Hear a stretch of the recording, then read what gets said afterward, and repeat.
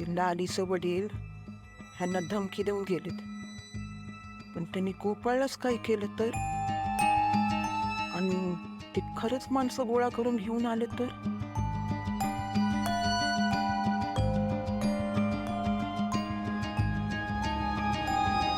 अहो अहो अहो उठताय ना व?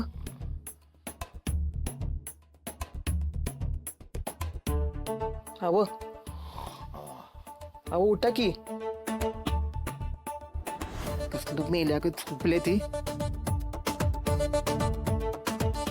अहो अहो उठा की.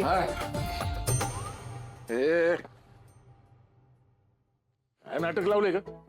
कसं बाई उठवलं? घरावर काय दरोडा पडला का? सगळं झोपेचं खोबरं केलं माझ्या. बोल, कसं बाई उठवलं? नाही काय नाही, झोपत झोपा सांगायला परत तू झोपेतनं उठवलं मला. बोल आता काय झालं? तशी मी झोप मोडलेलीच आहे. बोल. तुम्ही त्या सुभाषरावांच्या अंगावर जायला नको होतं. हे विचारायला मला तू झोपेतनं उठवलं? हा?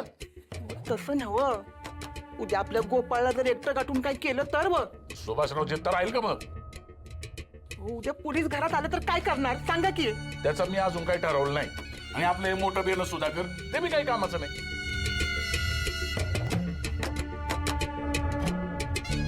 अहो माझ्याकडे ना एक आयडिया आहे. आता रातची कसली आयडिया? हो ऐका तरी.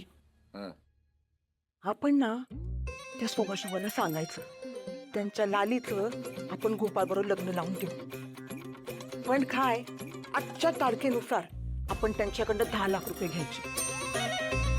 ते सुभाषरावाला काय कमी आहे व? लगेच तयार होईल बघा. आपण गोपाळला बी सांगू की लालीला जरा सांभाळून घे म्हणून. मग विषय संपला व. कसं वाटतंय तुम्हाला? चांगलीच आयडिया आहे की. आपल्याला आवडली. ती फार अक्कल नाही असं नाही तुम्हाला. माहीत हुशार बी आहेत की तुम्ही.